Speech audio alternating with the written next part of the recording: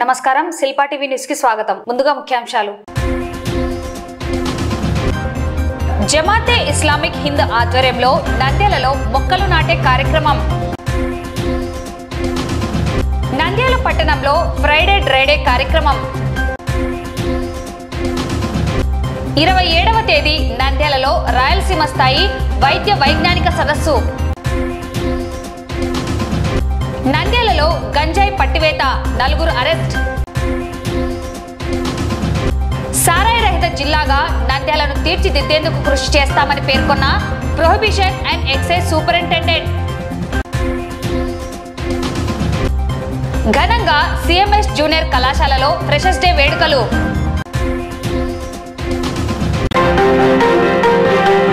జమీయతే Islamic Hind సంస్థ ఆధ్వర్యంలో children Islamic organisation వారు చిన్నారులచే రాష్ట్రంలో 1,00,000 మొక్కలను నాటే లక్ష్యంగా కార్యక్రమం చేపడుతున్నారు.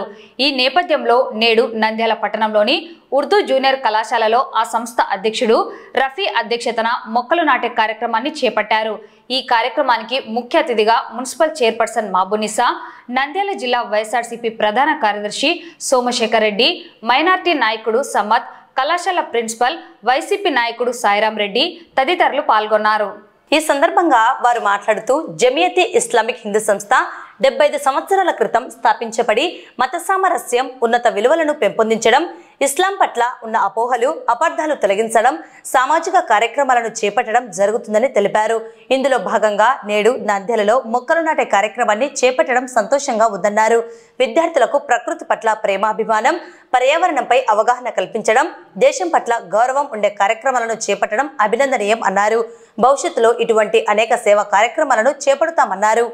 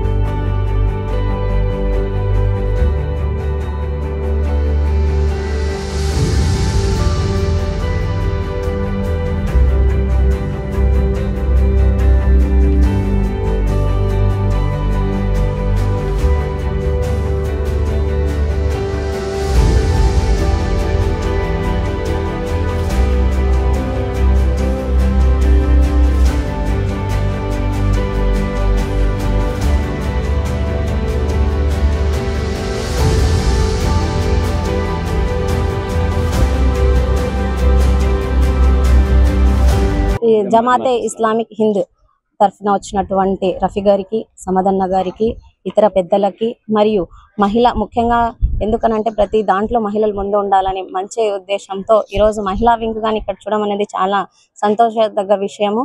వాళ్ళకి మరియు మీడియా వాళ్ళకి గౌరవ కౌన్సిల్ సభ్యులందరికీ నా హృదయపూర్వక నమస్కారాలు తెలియజేసుకుంటున్నాను. అలాగే ఈరోజు దేశవ్యాప్తంగా కొన్ని మొక్కలు పిల్లల చేత నాటించాలని ఒక మంచి ఉద్దేశంతో, అలాగే మన రాష్ట్రంలో దాదాపు 1,00,000 మొక్కలు, అలాగే నంద్యాలలో 600 మొక్కలు పైగా మన పిల్లల చేత నాటించడం అనేది ఒక గొప్ప కార్యక్రమము. వాళ్ళకు మన ప్రకృతి పట్ల ఒక బాండింగ్ ఏర్పడే విధంగా, వాళ్ళకు ఒక ఏమంటారు వాళ్ళకు కానీ ఒక విలువలు తెలిసే విధంగా ఈ కార్యక్రమాన్ని ప్రోత్సహించే విధంగా ఉంది. నేను నిజంగా జమాతే ఇస్లామిక్ హింద్ వాళ్లకు నా హృదయపూర్వక అభినందనలు తెలియజేసుకుంటున్నాము. పిల్లలకు ఇలాంటి మంచి కార్యక్రమాల ద్వారా దేశం పట్ల మరియు మన ఇస్లామిక్ పద్ధతులు కానీ నేర్పించే విధంగా చర్యలు తీసుకున్నందుకు నా హృదయపూర్వక నమస్కారాలు తెలియజేసుకుంటున్నాను. అలాగే వీళ్ళ కార్యక్రమంలో నన్ను ఒక భాగస్వామ్యం చేసినందుకు కృతజ్ఞతలు తెలియజేసుకుంటూ, ఇలాంటి మంచి కార్యక్రమాలు తీసుకురావాలి. మన పిల్లలకే కాకుండా మరి ఇతర వాళ్ళకు కానీ దీంట్లో ఇన్వాల్వ్ చేసి ఇంకా మంచి మంచి కార్యక్రమాలు చేయాలని చెప్పి మనస్ఫూర్తిగా కోరుకుంటున్నాను. अस्सलामु अलैकुम रहमतुल्लाहि व बरकातुहू। CIO operation plantation 1 million trees. Children Islamic organisation ने मुल्कगीर सतह पर एक माहौलियाती मुहिम का आगाज किया, जिसका नारा है मिट्टी में हाथ दिल वतन के साथ, hands in soil hearts with India. इस मुहिम के तहत 25 जून तक 25 जुलाई इस एक माह के दौरान पूरे मुल्क में बच्चे 1 मिलियन यानी 10 लाख पेड़ पौधे लगाएंगे और उसकी निगहदाश्त करेंगे। इस मुहिम का मकसद है बच्चों को प्लांट से यानी नेचर से जोड़ना, उनके अंदर बचपन से ही सलाहियतों को, जिम्मेदारी के एहसास को पैदा करना और मिट्टी से जोड़ना, एक दूसरे के दरमियान मोहब्बत, उनके अंदर कम्युनिकेशन स्किल्स को डेवलप करना और शजरकारी के अहमियत क्या है, उसके फवायद क्या है, ये सारी चीजें मालूम कराना था। జమాత్ ఇస్లామీ ఆధ్వర్యంలో మన రాష్ట్ర అధ్యక్షుడు రఫీ సాహెబ్ గారు ఇక్కడికి విచ్చేసి రాష్ట్ర వ్యాప్తంగా 1,00,000 మొక్కలు నాటాలని ఏకైక ఉద్దేశంతో ఈరోజు ముగింపు కార్యక్రమం మన ఉర్దూ కాలేజీలో నిర్వహించడం జరుగుతుంది. ఈ కార్యక్రమానికి విచ్చేసినటువంటి మన మున్సిపల్ చైర్పర్సన్ మేడం గారికి, మా మిత్రులకు మరియు మా కమిటీ మెంబర్స్ అందరికి కూడా స్వాగతం పలుకుతూ, ఇక్కడ పిల్లలకు కూడా ఈ గ్రీనరీ అనేది చేయాలనే ఏకైక ఉద్దేశంతో పిల్లలను ప్రోత్సహించడం అనేది చాలా గొప్ప విషయము. ఎంతో దూరం నుంచి వచ్చినటువంటి రఫీ సాహెబ్ గారు ఈ కార్యక్రమాన్ని విజయవంతం చేసినందుకు, మరి మేము కూడా మా వంతు ఇక్కడికి వచ్చినందుకు కూడా సంతోషిస్తున్నాం. జమాతే ఇస్లామీ హింద్ ఒక జాతీయ స్థాయి సామాజిక ఆధ్యాత్మిక సంస్థ. ఇది గత 75 సంవత్సరాలుగా భారతదేశంలో ఉన్నత నైతిక విలువల్ని తీసుకురావడానికి, మత సామరస్యాన్ని ప్రోధి చేయడానికి, అలాగే ఇస్లాం పట్ల ఉన్నటువంటి అపోహల్ని, అపార్థాన్ని దూరం చేయడానికి కృషి చేస్తోంది. ఈ రోజు ఇక్కడ మన నంద్యాల పట్టణంలో మొక్కలు నాటేటువంటి కార్యక్రమం జరుగుతోంది. దీని ప్రధాన కారణం ఏంటంటే దేశవ్యాప్తంగా మిలీనియం ప్లాంటేషన్ అనేటువంటి నినాదంతో ఒక క్యాంపెయిన్ జరుగుతోంది దేశవ్యాప్తంగా. ఇందులో దేశంలో 10 లక్షల మొక్కల్ని పిల్లల చేత నాటించాలి, children's Islamic organization of India అనేటువంటి సంస్థ ద్వారా నాటించాలి అనేటువంటి ఉద్దేశంతో ఈ కార్యక్రమం జరుగుతోంది. మన రాష్ట్రంలో కూడా 1,00,000 మొక్కల్ని నాటేటువంటి యజ్ఞం తీసుకోవడం జరిగింది. ఇప్పటివరకే చాలా మొక్కలు పిల్లల చేత నాటించడం జరిగింది. ముఖ్యంగా దీని ఉద్దేశం ఏంటంటే పిల్లల్లో ప్రకృతి పట్ల, పర్యావరణం పట్ల ప్రేమను ప్రోధి చేయడం, అలాగే పిల్లల్లో ఉన్నటువంటి క్రియేటివిటీని డెవలప్ చేయడం, పిల్లల్లో దేశం పట్ల కూడా ప్రేమను జనింపజేయడం, వాళ్ళల్లో మంచి నాయకత్వ లక్షణాన్ని ప్రోధి చేయడం కూడా ఇందులో ప్రధాన ఉద్దేశం. జమాత్ ఇస్లామీ హింద్ ఆర్గనైజేషన్ అని చిల్డ్రన్స్ ఇస్లామిక్ ఆర్గనైజేషన్ ఆధ్వర్యంలో ఒక జూన్ 25 నుంచి జూలై 15 వరకు ఒక జాతీయ ఉద్యమం, పిల్లలలో సృజనాత్మకత పెంచడానికి చెట్లు నాటే ఉద్యమం కొనసాగుతుంది. ఆ నేపథ్యంలో ఆంధ్రప్రదేశ్ లో 1,00,000 చెట్లు నాటుతున్నారు. నంద్యాల చిల్డ్రన్స్ ఇస్లామిక్ ఆర్గనైజేషన్ ద్వారా కూడా నేను అభినందిస్తున్నాను నంద్యాల ఇన్ఛార్జిని కూడా. ఎందుకంటే గత 10 రోజుల నుంచి వాడవాడన స్కూల్స్ లో పిల్లలలో తర్వాత ఈ ప్రకృతి పరంగా వ్యాసరచన పోటీలు జరపడము, డ్రామాలు నిర్వహించడము, పిల్లలకు వివిధ రూపాల్లో ఈ యొక్క ఇంట్రెస్ట్ కలిగించి తర్వాత పెద్ద పెద్ద విఐపీస్ డాక్టర్స్ అందరికీ మొక్కలు ఇచ్చినారు. ఇంచుమించు 500 మొక్కలు నంద్యాల చిల్డ్రన్స్ ఆర్గనైజేషన్ ఆధ్వర్యంలో నంద్యాల పంపిణీ కావడం మాకు శుభసూచకము. మరి ముఖ్యంగా ఈరోజు క్లోజింగ్ ఫంక్షన్, క్లోజింగ్ ఫంక్షన్ ముగింపు సమావేశానికి నంద్యాల సీఈఓను ఎన్నుకోవడం నాకు చాలా ఆనందం, మాకు గర్వకారణం. ఆ అవకాశం ఇచ్చినందుకు జమాత్ ఇస్లామీ రాష్ట్ర అధ్యక్షులు మొహమ్మద్ రఫీక్ గారికి కూడా నేను కృతజ్ఞతలు తెలుపుతున్నాము. నంద్యాల పట్టణంలో మున్సిపల్ కమిషనర్ శేషన్న ఆధ్వర్యంలో ఫ్రైడే డ్రైడే కార్యక్రమం నిర్వహించారు. ప్రజల్లో అవగాహన కల్పించేందుకు మున్సిపల్ అధికారులు సిబ్బందితో కలిసి ర్యాలీ చేపట్టారు. వార్డుల్లో తిరిగి పారిశుద్ధ్య నిర్వహణ, సీజనల్ వ్యాధులు రాకుండా ముందస్తు చర్యలను తెలియజేశారు. మురుగు కాల్వలలో దోమల నియంత్రణకు స్ప్రే చేయించారు. అలాగే త్వరలో కుక్కలకు కుటుంబ నియంత్రణ ఆపరేషన్లు నిర్వహించే కార్యక్రమం నిర్వహించనున్నట్లు తెలిపారు. పరిసరాలను పరిశుభ్రంగా ఉంచుకోవాలని, దోమలు లేకుండా ఎప్పటికప్పుడు నీటి తొట్లల్లో నీటి నిల్వలు లేకుండా, వాడి పడవేసిన టైర్లు, పాత ప్లాస్టిక్ డబ్బాలు తదితర వ్యర్థ పదార్థాల్లో నీటి నిల్వలు లేకుండా చేసుకోవాలని సూచించారు. వర్షాకాలం గట్టిగా మొదలైంది టౌన్లో.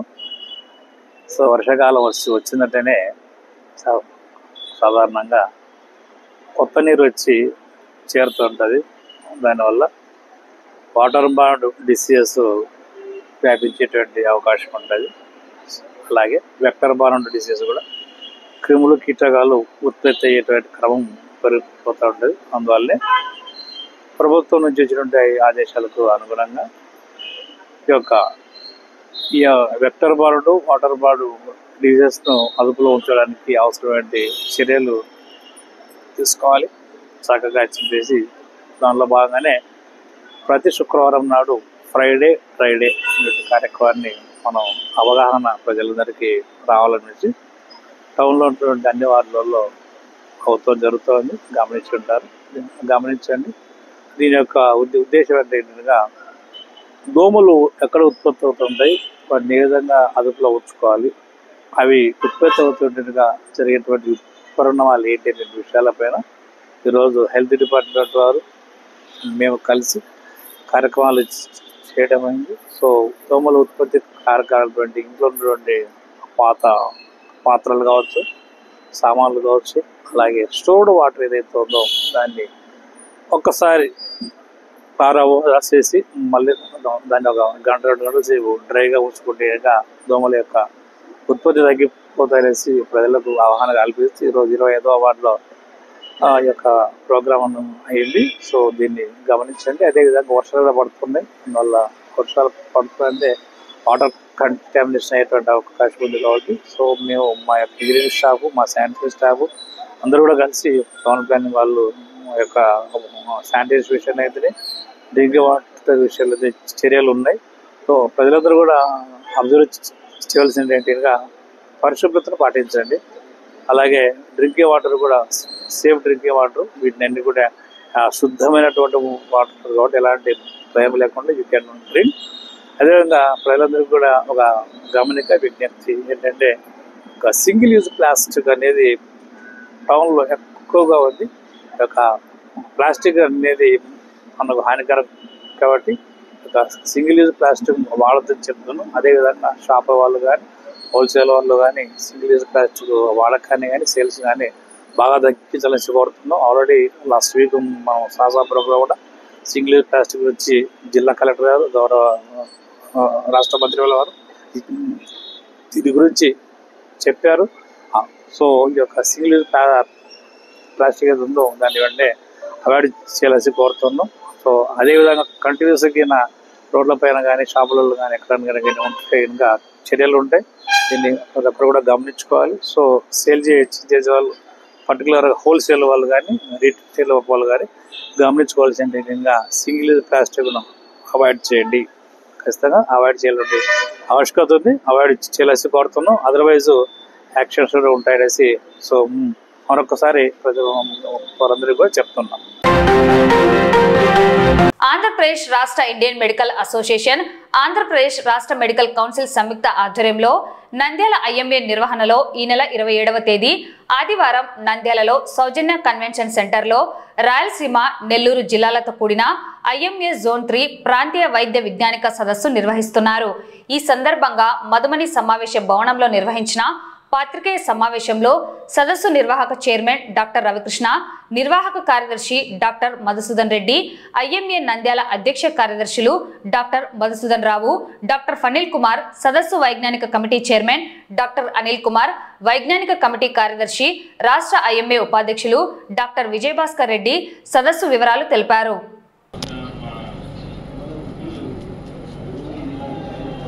పాత్రికేయ సమావేశంలో మధుసూదన్ గారు ఐఎంఏ నంద్యాల అధ్యక్షులు, అదేవిధంగా ఈ కార్యక్రమం డాక్టర్ ఫనిల్ కుమార్ గారు, ఈ అదేవిధంగా ఆంధ్రప్రదేశ్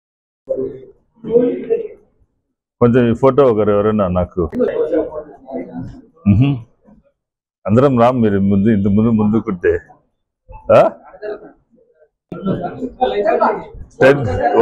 అది కాదు, ఒక గంట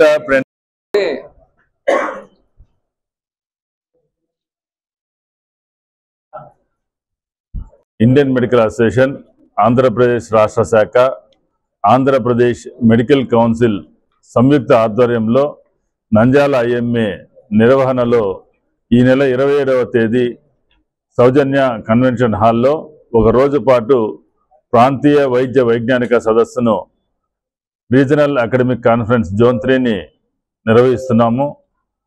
ఆ రోజు ఉదయం 8 గంటల నుండి సాయంత్రం 5 గంటల వరకు 13 మంది వివిధ వైద్య రంగాలకు సంబంధించినటువంటి నిపుణులు ప్రసంగాలు ఉంటాయి.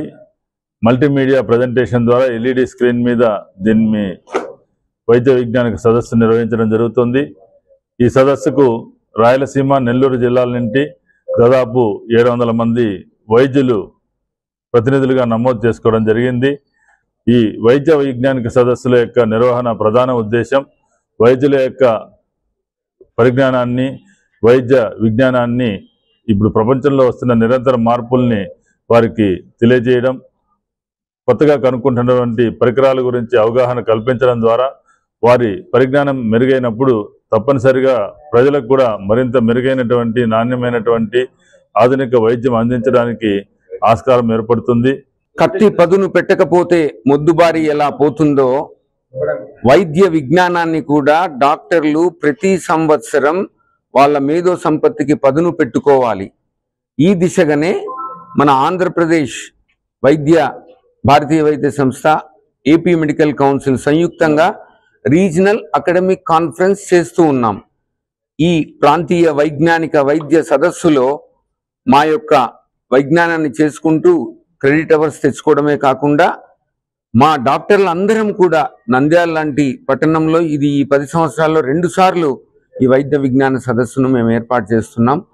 మా వైద్య సంస్థలన్నీ కూడా ఆదివారము మేము తెరవబడవు, కేవలం ఎమర్జెన్సీ సేవలు మాత్రం ఖచ్చితంగా మేము అందిస్తాం.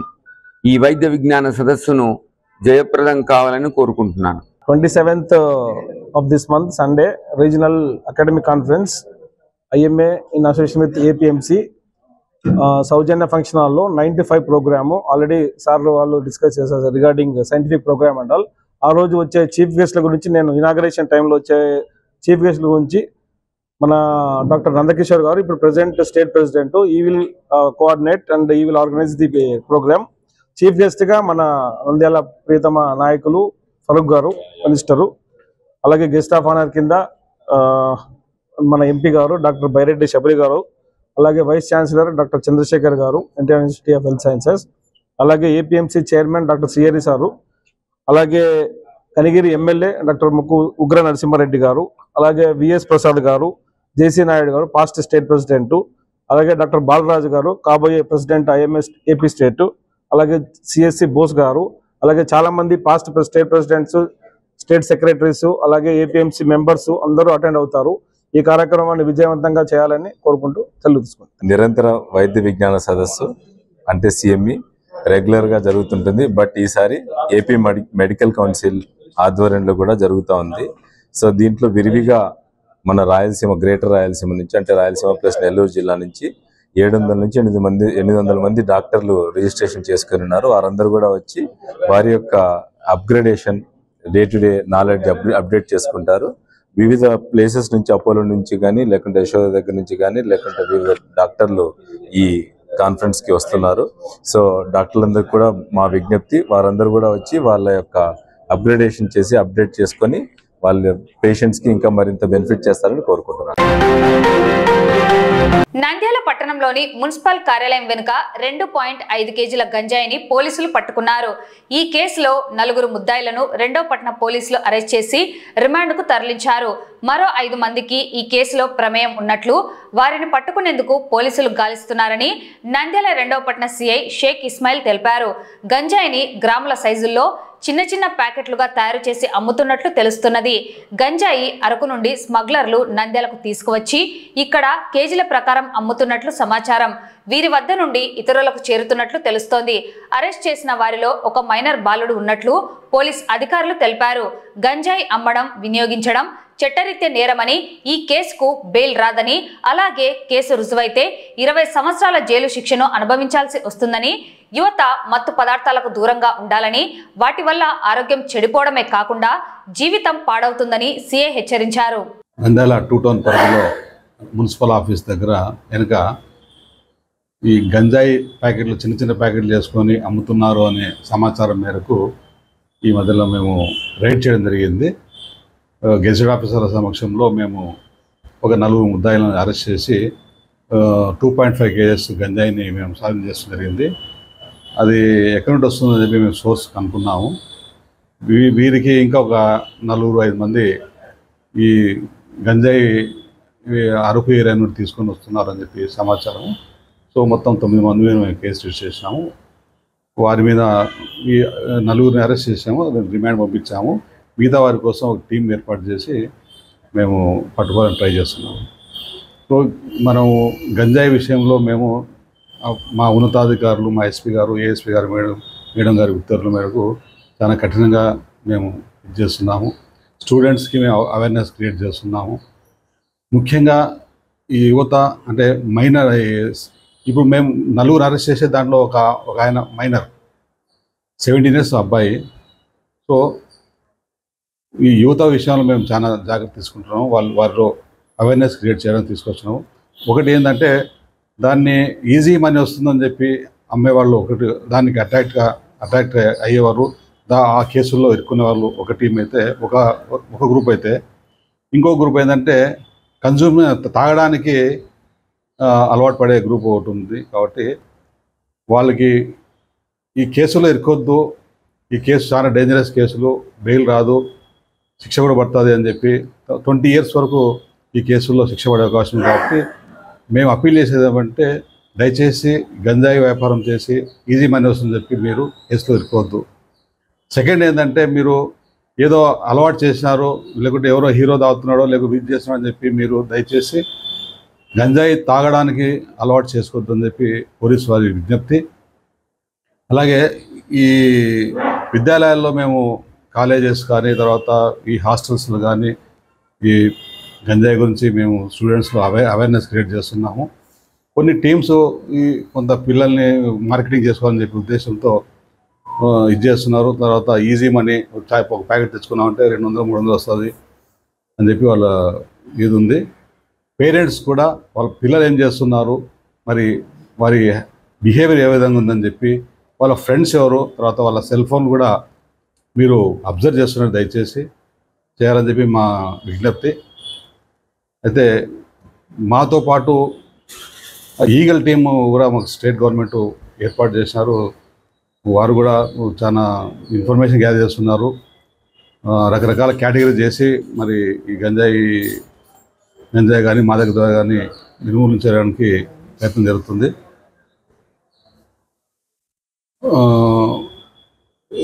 యూత్ మేము అవేర్నెస్ క్రియేట్ చేస్తున్నాము.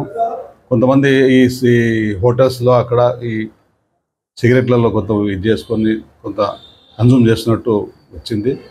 ఏంటంటే స్ట్రెస్ ఉంటుంది మాకు, ఆ స్ట్రెస్ నుండి ఫ్రీ కావడానికి గంజాయి ఒక మార్గం అని అనుకుంటున్నారు. అది తప్పు. మీ హెల్త్ చెడిపోతుంది, మీరు ఫైనాన్షియల్గా ఇదవుతారు, తర్వాత కేసులు ఎదుర్కొంటారు.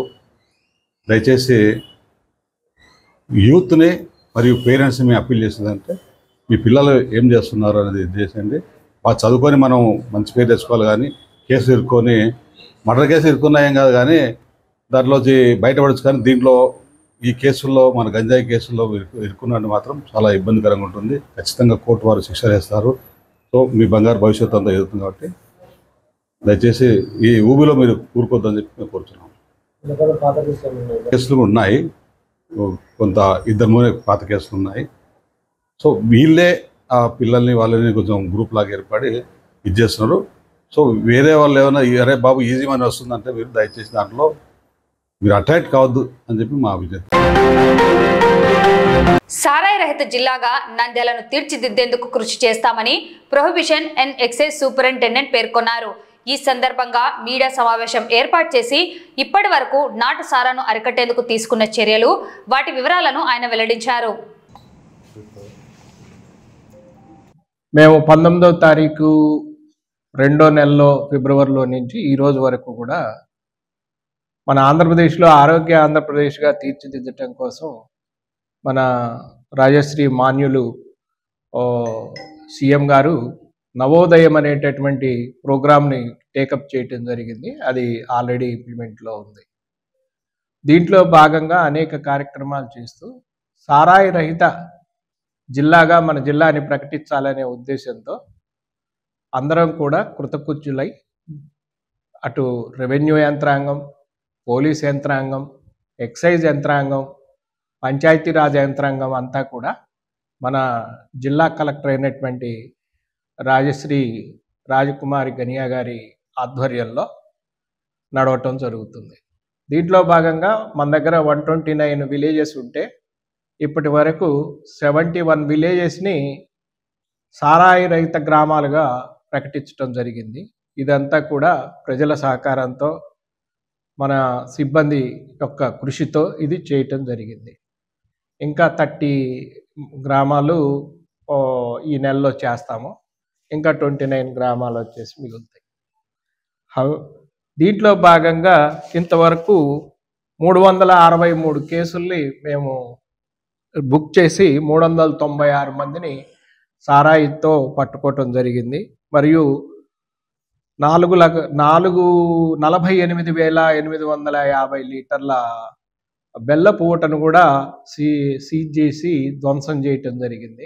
అంతేకాకుండా 8,773 లీటర్ల నాటు సారాయిని కూడా సీజ్ చేయటం జరిగింది.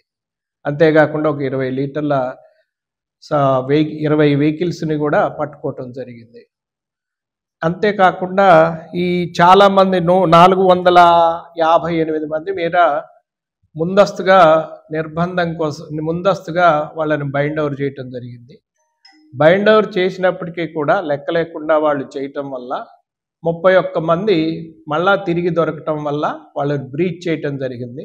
వాడిని తహసీల్దార్ల ఎదుట ప్రవేశపెట్టిన తర్వాత బ్రీచ్ అమౌంట్ వాళ్ళకి ఇంపోజ్ చేసినప్పుడు 3,75,000 రూపాయలని కట్టించడం జరిగింది. అంతేకాకుండా వాళ్ళ మీద అదనపు పీనల్ సెక్షన్స్ను కూడా ఇంపోజ్ చేయటం జరిగింది.